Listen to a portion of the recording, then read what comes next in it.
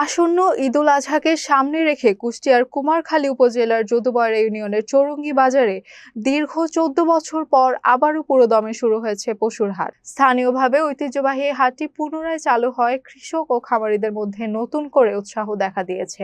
এখন থেকে প্রতি সোমবার নিয়মিতভাবে এই পশুর হাট বসবে বলে জানিয়েছেন সংশ্লিষ্টরা। হাট ঘিরে এলাকার কৃষক ও খামারিরা তাদের গরু ছাগল দ্রুত বিক্রি করতে শুরু করেছেন। ঈদকে সামনে রেখে কুষ্টিয়া সহ বিভিন্ন অঞ্চল থেকে পশু আসা ও বেচা কেনার জন্য হাটে বাড়তি নিরাপত্তা ব্যবস্থা গ্রহণ করা হয়েছে।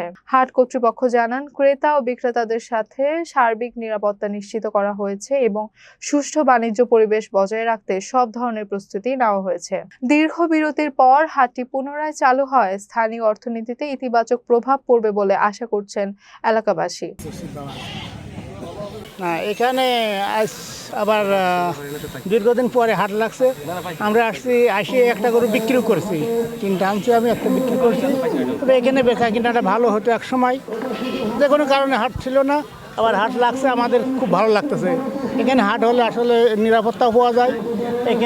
এখানকার দ্বারা খুব ভালো ব্যবহার করে, তো সেই ক্ষেত্রে আমরা হাট লাগাতে চাচ্ছি।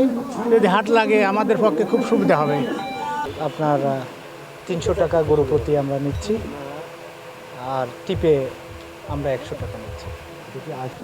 অতীতে আমরা যখন ছোট বুদ্ধি হয় তখন এই পশু হাটটা আমাদের যারা সিনিয়র নেতৃবৃন্দ আছে যে কথা বলল, এলাকার গণ্যমান্য ব্যক্তি মিলেই দলবল নির্বিশেষে এটা পশু হাট লাগাইছিল। এটা বাংলাদেশের দ্বিতীয় গাবতলী বলা হইতো। আমরা যখন প্রথম শুনেছি আর কি এই পশু হাট সম্পর্কে।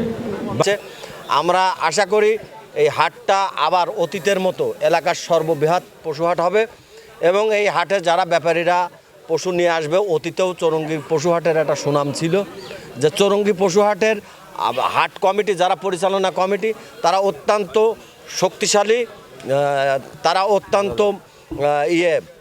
আপনার সৎ এবং ব্যাপারীদের ব্যাপারে তাদের আন্তরিকতা, সব রকমের সুযোগ সুবিধায় চৌরঙ্গী পশুহাট অতীতে যেরকম আন্তরিক ছিল, এখনও চৌরঙ্গী পশুহাটের যারা পরিচালনা কমিটিতে আছে, আমরা যারা আছি আমরা এলাকার ব্যাপারী এবং সাধারণ কৃষক যারা গরু পশুপালন করে তারা এই হাটে নির্বিঘ্নে হাটে কেনাবেচা করতে পারবে। এখানে নিরাপত্তা ব্যবস্থা অন্যান্য হাটের তুলনায় অনেকাংশে ভালো থাকবে ইনশাল্লাহ।